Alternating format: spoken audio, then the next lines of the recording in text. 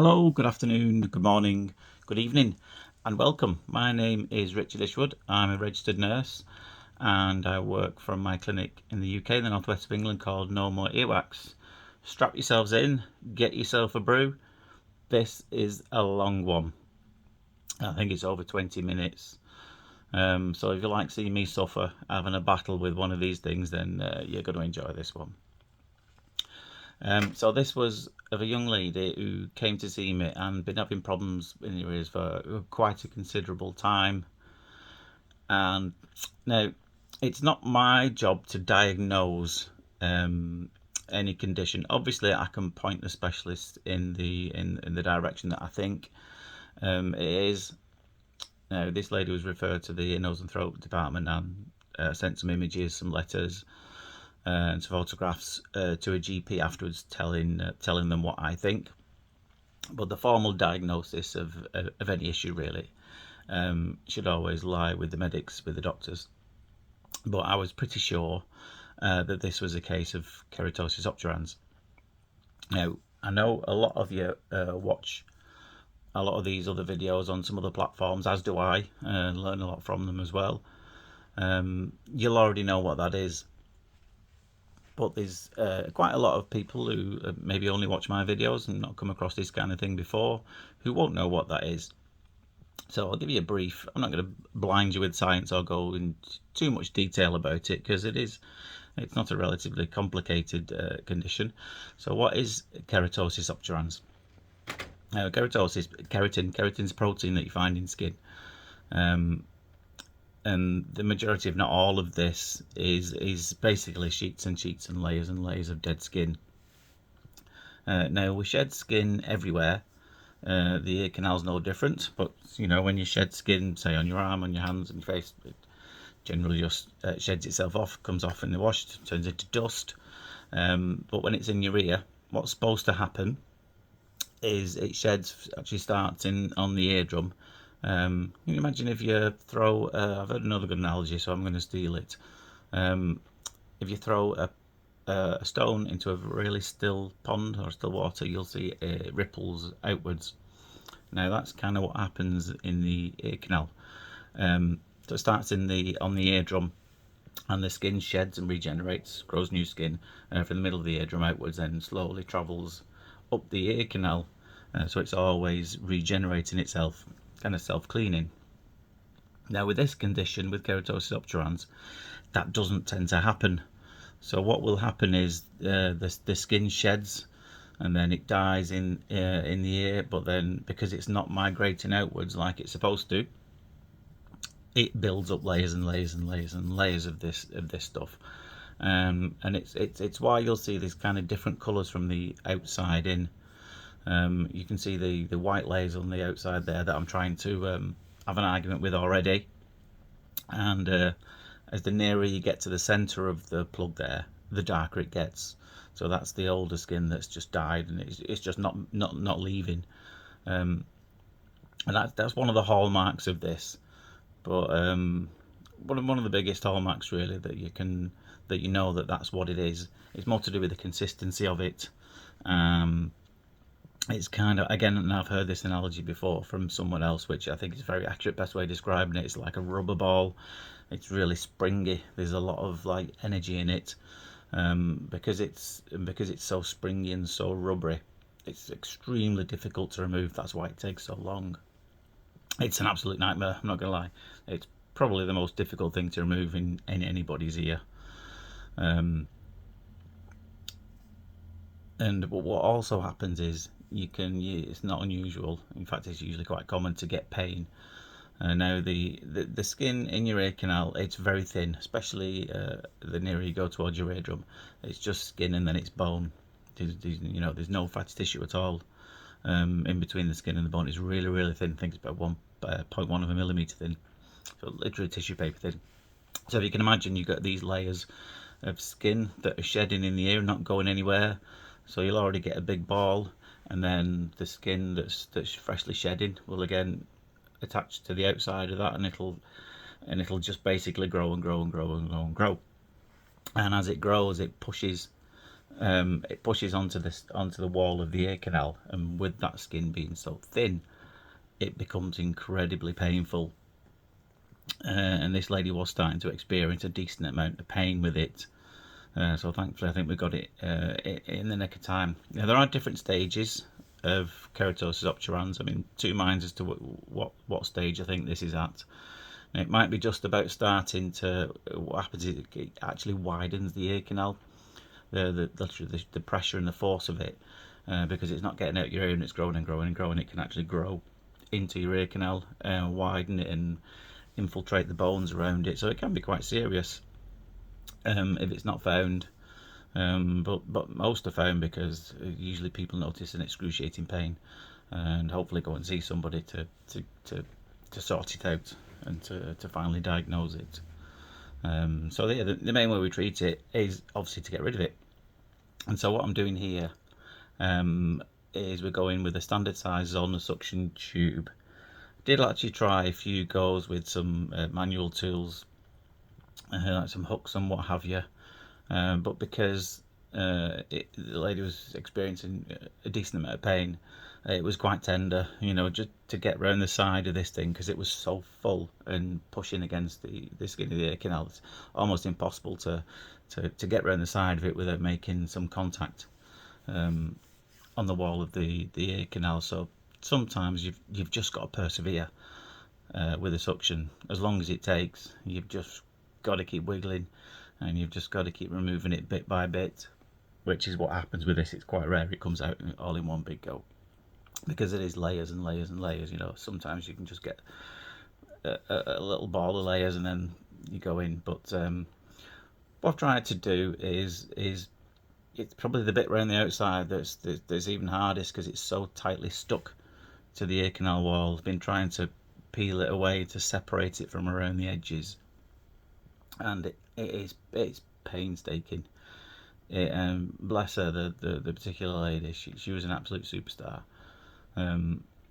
Now, for those of you who like ones where you can see a nice squeaky clean ear canal and eardrum at the end of it, I suggest you scroll on, because this is not that one. And it's not unusual for ones like this to end up, even when you've took the majority, if not all of it out, for the ear canal to look a bit of a mess afterwards. So this is actually kind of part one of a two-part treatment. So the lady's going to come back to me in a couple of weeks, and we're going to sort out the remaining area that we couldn't quite manage to get. I mean, plus I have a time limit on my appointments. You know, I can't keep everybody waiting outside. They get a bit unhappy and a bit disgruntled with me, and so obviously we had to finish the appointment. But more's the point, both the lady in question and myself, we'd probably had enough by the time we got to the end. So but we managed to relieve the biggest symptoms, which was the pain, and she could hear again at the end of it. Before I forget, because we're coming up to not far from the 10-minute mark here. Now, with the longer videos, when you post them on YouTube, you can post them as long as you want with no breaks at all. If you're watching on TikTok, there's a 10-minute limit. So I think this is going to be in 2, possibly 3 parts if it's over 20 minutes long. So what I'll try and do, if I can figure it out, is I'll copy and paste the links to the next part in the comments down below.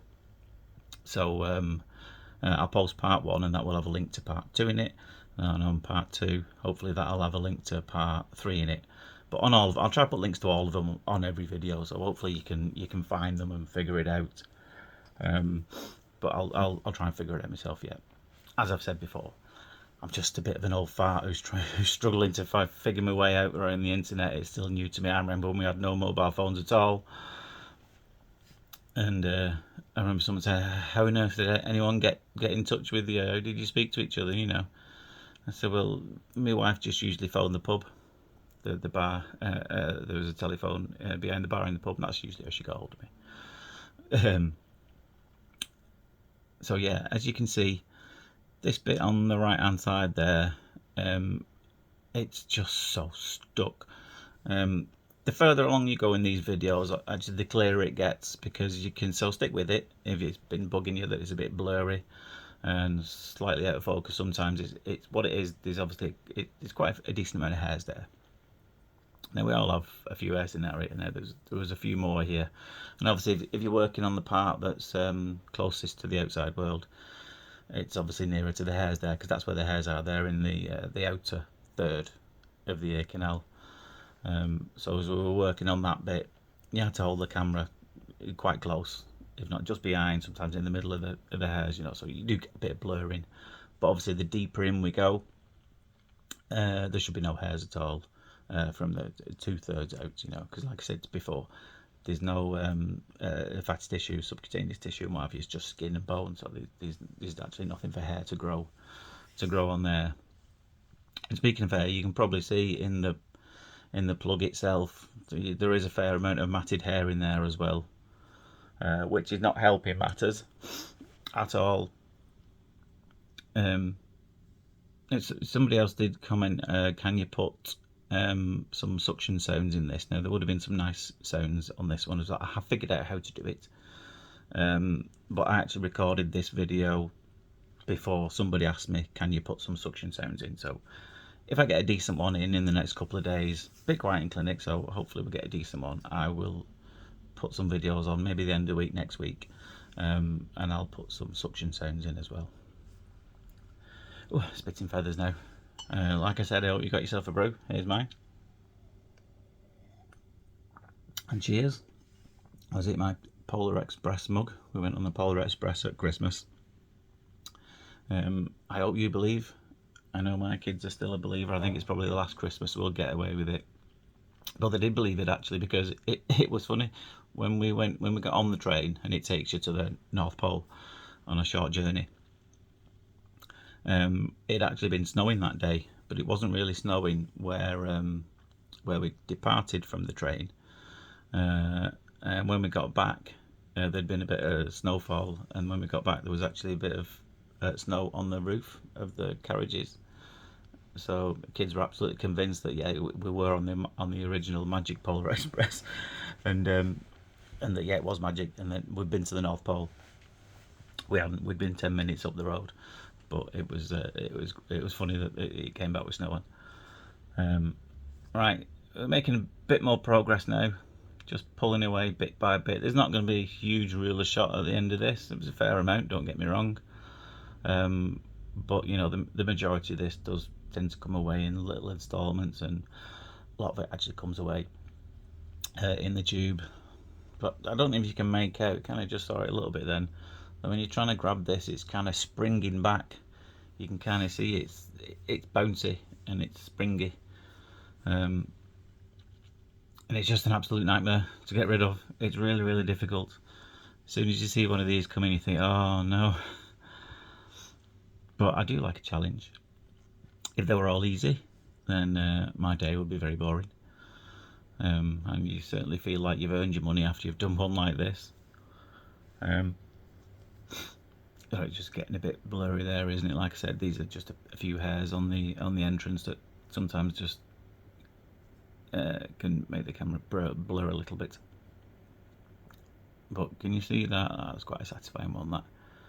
How kind of springy and bouncy it is, because whilst you can pull it up, it kind of just wants to spring back into place. It's because there's all this energy coiled up inside it.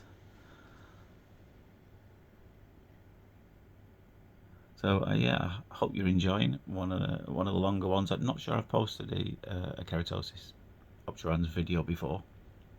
Done plenty of them. I don't think I recorded any of them. But if the lady whose ear this is, if you're watching, hello, by the way. I hope you're feeling better and you're managing to hear a lot better now. I certainly know you will have been, and obviously your pain was a lot better. These things can be absolutely excruciating. I wouldn't wish it on anybody, but it's just so stuck. You can see, I mean, if you can see that sometimes the suction machine, the suction tube isn't moving, it's because you're holding it in place. And when you hold it in place, what happens is the power increases in the suction tube, and that means that you can pull it out a bit better.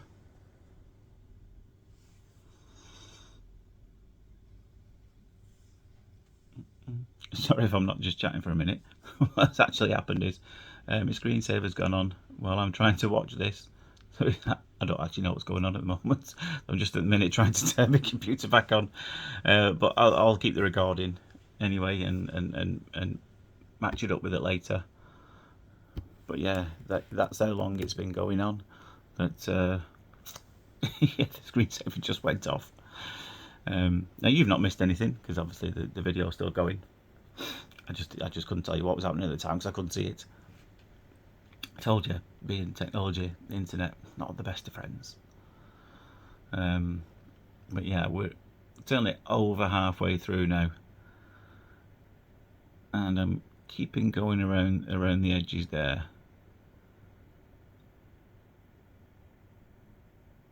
And yeah, like I was just saying, this is the bigger of the tubes that we use, by the way. I know you regulars will know all this anyway. There's two types of suction tubes that we use. One that's a lot smaller than this, called a fine end, which you attach to that tube. That's good for working in small spaces and for delicate work near the ear canal and what have you, but there's no way you'd get enough power to deal with something like this. So you need the full tube here. You just have to make sure that you don't go too close to the eardrum with it, because it can be quite loud. And if you're doing work nearer there, you'd rather have the smaller one on. It's a bit safer too. And yeah, the force that you actually have to use to pull this, it's quite significant, you know. It can be extremely tiring, and like I said, if you hover over it, it builds up the power, and then you pull, but there's some force that you're having to pull with sometimes, and it's just it goes. I mean, we've worked a fair way down there. You can see nice pink skin of the ear canal there.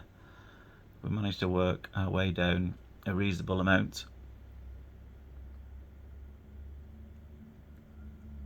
But we're far from done yet. We're far from done. Can you just see how stretchy that is when I'm pulling that up there?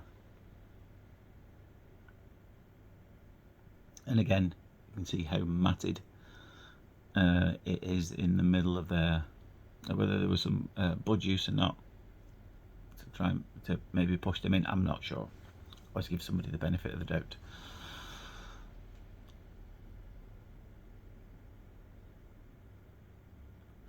But yeah, it's one, weirdly enough, the ones that are this difficult like this are probably the ones I enjoy the most, because it's you feel like you've earned your money, you know, and you've used all the skills that you've got, and B, it's more to do with the difference that it makes in people, you know, because this lady would have been having problems for quite a long time. These things don't just sneak up, you know, it can take years and years for these layers and layers and layers to build up and to stop your hearing. And the difference that it can make, you know, you get that wow moment where someone can finally hear again. We're not even at that point yet, but it's really nice when the patient, you can just see the look in the face sometimes. I've known some cry in the chair not that long ago, but most people are just like, oh, wow, because it's just been that used to not hearing anything for so long. That is kind of that gift that you can give to someone. It's really rewarding, as is nursing in general, you know. So have I always been a nurse? No, I've not always been a nurse. I've been a nurse for about 15 years now. And how old am I now? You know, you're getting too old when you forget how old you are. I'm 48 now. So I trained a bit later in life. I think it was in my early 30s when I started training to be a nurse, which was a degree. You have to do a degree these days. You didn't used to. You could do it a bit more on the job back in the day, but these days it's a degree only profession. But before that, I did all sorts. Actually wanted to be a rock star, like you do, you know, when you're a bit younger. So yeah, I'll tell you briefly my journey, how I got from wanting to be from early on to wanting to be a nurse. So yeah, I wanted to be a rock star, like you do. but my parents were like, well, you've at least got to train properly and do it, you know, have something to fall back on, some kind of academic to fall back on. And they said, so I went to music college, and when I was at music college, I obviously met a load of people there, lots of musicians, obviously, and joined some bands. And we thought, yep, we're going to be famous rock stars, and that's it. We're going to live in our mansion in Los Angeles and be famous rock stars forever. Now, obviously, it doesn't always quite happen like that, does it? Nice when it does, but it doesn't always. And when I was also teaching children at the same time, so I was working in schools at the day, and then trying to be a rock star at night. And then I met some kids with special needs, with some learning disabilities, and I really enjoyed working with them, seeing what the music gave them. So I moved full time into learning disability care. So that's kind of how I ended up in care per se. And that just wore me out. It was absolutely exhausting. Great fun, but really exhausting. So that kind of led me to think I still want to stay in care. So let's try being a nurse instead. And yes, the best thing I ever did. I would never discourage anybody from doing it. It's difficult, don't get me wrong, but I'm not going to discourage anybody from doing it. Yeah, believe it or not, what's happened here is it's done it again. I'm not actually watching what's going on at the moment. Looking at screensavers going on. I think my battery's going as well on the laptop, so bear with me. I can hazard a guess as to what's happening now. I'm still battling with this thing in there, but we must be coming near to the end now. Anyway, I hope you've enjoyed it. Like I said, if you can see the one at the end, it's not perfectly clean, squeaky clean eardrum. You know, at that point, I could see some of the eardrum, and the lady decided that we'd both had enough at that point, and we agreed to finish it off another day. But certainly, like I said, we'd fixed the problem that she'd had, which was excruciatingly painful, and it was also so she couldn't hear very well. We'd fixed that. You know, the rest we can mop up another day. But I hope you enjoyed that. I enjoyed having a good chat with you, as I always do. And I hope to see you again sometime soon. And I'll try and get those videos on with some sounds in soon anyway. Alright, but for now, you take care of yourselves, and I'll see you later. Bye.